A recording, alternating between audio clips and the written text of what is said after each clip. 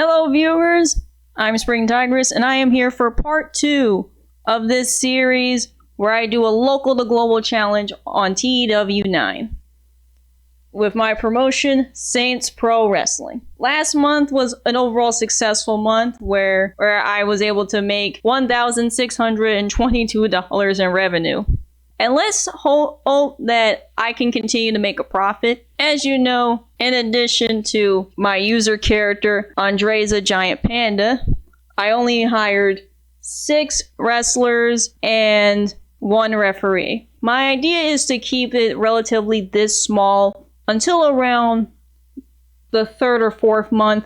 Then I'm going to slowly hire more wrestlers over time, like maybe 1 or 2 more over time, but nothing too crazy yet since it's not like we're rolling in dough yet.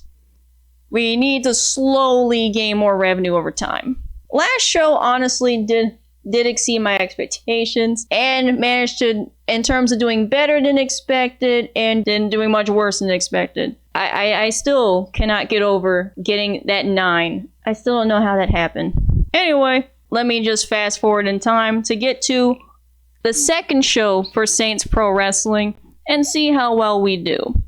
Alright, now I'm going to look at the creative here. Yeah, the 4 franchise players out of the 6 or 7 wrestlers on this roster.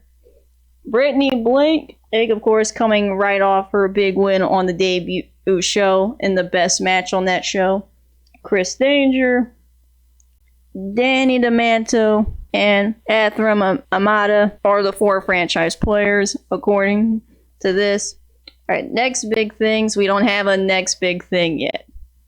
Future of the company. I think that will become more prevalent once Saints Pro Wrestling grows and becomes bigger. Hot prospects. Aldret as a Giant Panda and Boom Harden are hot prospects, I guess. Talk the Talk, Chris Danger.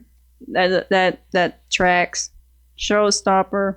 Danny D'Amato, he's the only veteran on this roster, so I figured he would. Same with, Ring General, yep. Let's just start booking this show. Right click to skip. No one's getting a night off. You can forget that. What does alter? Oh. Select. Yep. We're expecting 89 fans for this show, so we're going to pick this venue, which has a capacity over 100 viewers. Okay, book meeting analysis. Generated total of 40 points. Alright, let's see if there's any locker room incidents. Backstage gossip is that Boom Harden and Andreza Giant Panda had to be separated after a heated argument. Uh-oh. Why is Boom Harden trying to pick a fight with a panda? Oh, brother. Oh, that's it. Address the locker room. I guess inspire. Okay, the entire locker room's fired up. Okay. Hopefully we don't get any matches that are as bad as Boom Harden and Trissa Panda. Like, Jesus Christ. Now, we're gonna open the show. Instead of a match, we're opening on a promo where we have MJ Jenkins call out Chris Danger for getting involved in their match last week and causing her to lose to his new client, Brittany Blake. And wow, segment rating of 46. Good job for these two. And this altercation is going to lead to the main event match of tonight, which is going to be MJ Jenkins taking on Chris Danger. See? I'm not going to send it. Oh, the road agent could have done a better job with this angle together. Well, this is the best angle we've done so far. So, angle at the crowd hotter, got the show off to a strong start, and they're both getting better at their gimmicks. Good job, guys. And following that, in a decent match, Brittany Blake defeated Andrade Giant Panda in 6 minutes and 29 seconds by submission with a bad omen.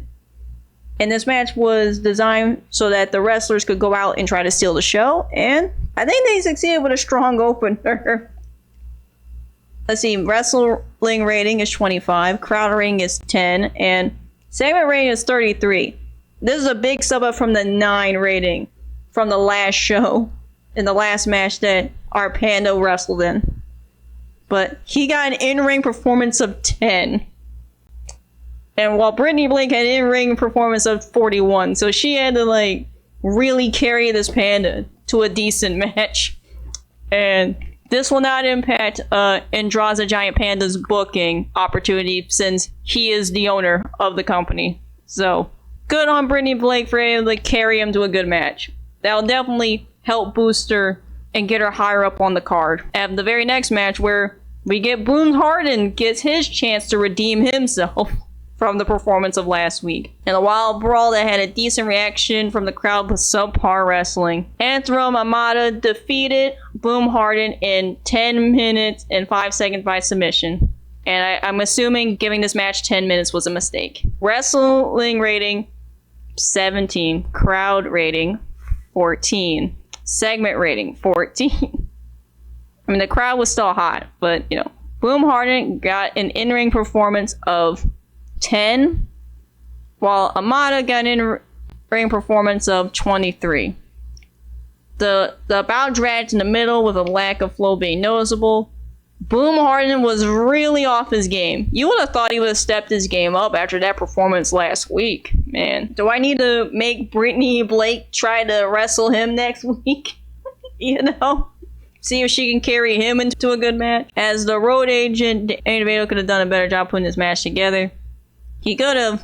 After the match, we had Amada celebrate winning, only to be attacked by none other than Danny D'Amato. He jumped him from behind and attacked him, still pissed off over losing to him last week. So, now their storyline has officially started. So now these two are locked in a proper feud. And the segment, we got a segment rating of 35. And in our main event, and about that had good wrestling and a decent reaction from the crowd, MJ Jenkins defeated Chris Danger in 12 minutes and 42 seconds by pinfall with a fast roll-up. Yep, she just out-wrestled him. He kept getting cocky and arrogant, and it cost him. You know, he gave her an easy opening to roll him up, out-wrestle him to get the pin. The match was designed to tell a specific story. The wrestling rating was 32. I think that was the best wrestling rating on the show, so good job. But the crowd rating was 17. And so the segment got a total of 26. NJ Jenkins got an in-ring performance of 39, so second to Brittany Blake. Chris Danger had an in-ring performance of 25. So still better than half of the other wrestlers on this show. So MJ Jenkins' storyline with Brittany Blake did move forward.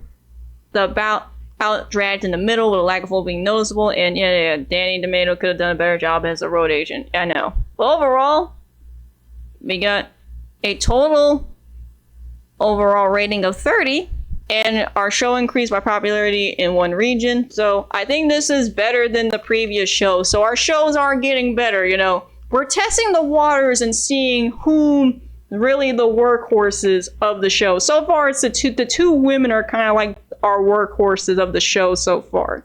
And Chris Danger is like a safe third, you know.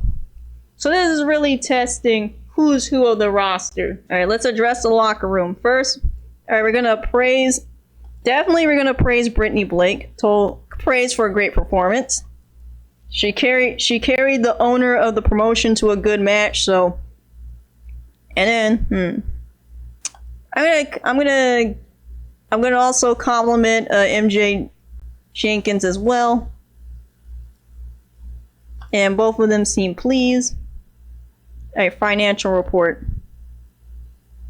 It's in ticket sales, workers. Oh, why does the show cost that much? Marketing. Yep. So overall profit is only $123. It could be worse. Let's do the popularity recap. Yep, we're still only 10 popularity in the tri-state, but hey, we're getting there. As long as we keep doing more shows, we're going to slowly and surely get our popularity up. Andrade argument. There appears to be tension between Andrade and Io Sky. The sources in the WWE locker room there's a huge row between the two last night. It wasn't known how serious the situation is, but it be said as a fet. Wow, okay, damn. Like, why is Andrade beefing with Io Sky? What is that about? The hell? Nick Wayne versus Mama Wayne? Wait, what? So there's a heated conversation between Nick Wayne and Shan. Damn. Why was he arguing with his mom? What did Mama Wayne do? What did Nick do? Like, why is he arguing with his mom? What the hell is going on here? Here we go. Saints Pro Wrestling held Saints Pro Wrestling 2 last night in the Battleship and drew 89 fans. The feedback has been very positive. Yeah. Let's see. Lehman you on her way out in TNA. Underground, she has history. Okay. I might be interested in getting her. $170 per show. I'm gonna shortlist her just to have her later, just in case. So I can hire her later. Because, you know, it's not like we're picky over like amazing wrestlers, you know. Yeah, I need to keep my eye on that. Potential hires for later. Because I currently have basically 5 very simple goals right now. Obviously, get 17 pop in the tri-state area so that we can level up from insignificant size to tiny size. Make $10,000 in total revenue. Just it doesn't seem like a lot, but trust me, it's a good starting goal. We'll just increase the number as we get more revenue over time. Get a broadcaster because that's going to lead to more revenue. That's going to lead to more growth in different areas, especially later on. Next is to start investing in merchandise because that's going to lead to more revenue, but we need to be able to afford to invest in the merchandise. That's why I'm holding off on it until once the 10K goal is reached. I'm going to start investing in the merchandise slowly. That's going to be a good way to get revenue over time. My last goal is going to be to get 10 total wrestlers on the roster. I wanted to do a couple shows, you know, establish the roster, make the most of what we have first, and then do that. So, because I don't want a roster that's too bloated and we can't afford to use them, or have a roster so bloated that we don't do anything with them. Because then you get morale penalties from wrestlers if they're off the shows too long. That's why it's good to just start with a small number in the beginning. I think once we do more shows, I'm gonna definitely, once I finish the next show, I'll probably start hiring more people.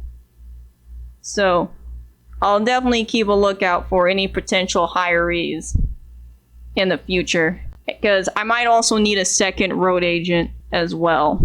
I'm not going to invest in like announcers or commentators yet because it's just too early for that kind of extra expense. Let's move on. Let's see if anything else interesting happens in the world. If not, I'm just going to breeze by to the next month. Oh, Brittany Blake changes styles. It looks as though we're seeing a different Brittany Blake in the near future, as she is understood to be introducing a new style to her work. Colleagues say that she wants to move away from her high-flying image and become known more for a regular wrestler approach. Okay. Last month, I ended up making $1,708, which is more than what I made last month. Now, meaning that I currently have a total of $3,330 of total revenue right now. Okay, basically, we sold a bit more tickets.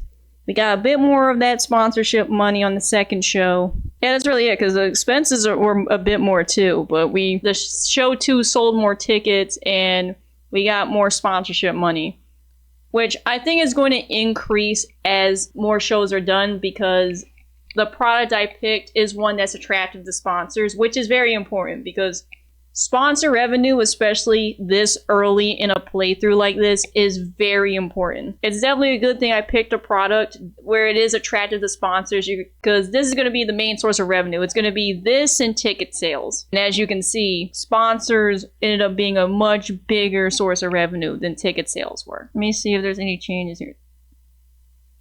No, the top 4 are the same.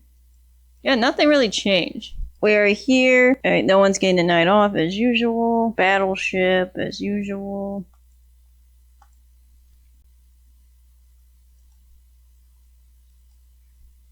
Alright, what locker room incident? Oh, no locker room incidents. Okay. I guess team bonding.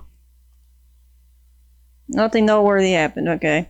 In a decent match, after Armada defeated as a giant panda and Chris Danger in 8 minutes and 51 seconds when Adma somehow made the panda tap out. They don't even say how he did it. They just say he did. Okay, the match was supposed to tell a specific story. In terms of in-ring work, Adma was head and shoulders above everyone else. The panda was the weak link, struggling to keep up with. Yep, he's only getting booked as much as he is because he's the owner of the promotion, not because he's actually that good in the ring. Let's see, the wrestling rating was 27. The crowd rating was 16. So the segment rating was 32. Let's see, our panda owner got an in-ring performance of 11. That was better than his last few matches. He is getting better in the ring. So, let's see. Amada, he had an in-ring performance of 42. And Chris Danger had an in-ring performance of 28. See here, the Road Age could have done better. This match got the show off to a strong start, and it got the crowd hotter. In a decent wild brawl, Danny the Manto defeated Boom Harden in 5 minutes and 57 seconds by pinfall with a cherry popper. I don't even want to know what that move is. Wrestling rating is 24. Crowd rating is 13. And the segment rating is a total 25. The Manto had an in-ring performance of 33. And Boom Harden had an in-ring performance of 16. So he is also getting better in the ring. Brittany Blake could have done better as a road agent as this match wasn't put together well. And then later on, we cut backstage after our intermission, I guess. And we see that Anthem, Amada, and Danny DeManto had a brawl backstage. That got a segment rating of 33. And in our main event match, and about that had good wrestling and a decent reaction from the crowd, MJ Jenkins defeated Brittany Blake in 15 minutes and 14 seconds when Brittany Blake was disqualified because Chris Danger ran in and attacked MJ Jenkins with the chair. In front of the referee rang the bell. It was a match where it was designed so that they could go all out and try to steal a show, and they did. MJ Jenkins and Brittany Blake are like the workhorses of the show so far, you know. Wrestling rating 35. The crowd rating is 16, and the segment rating is 35.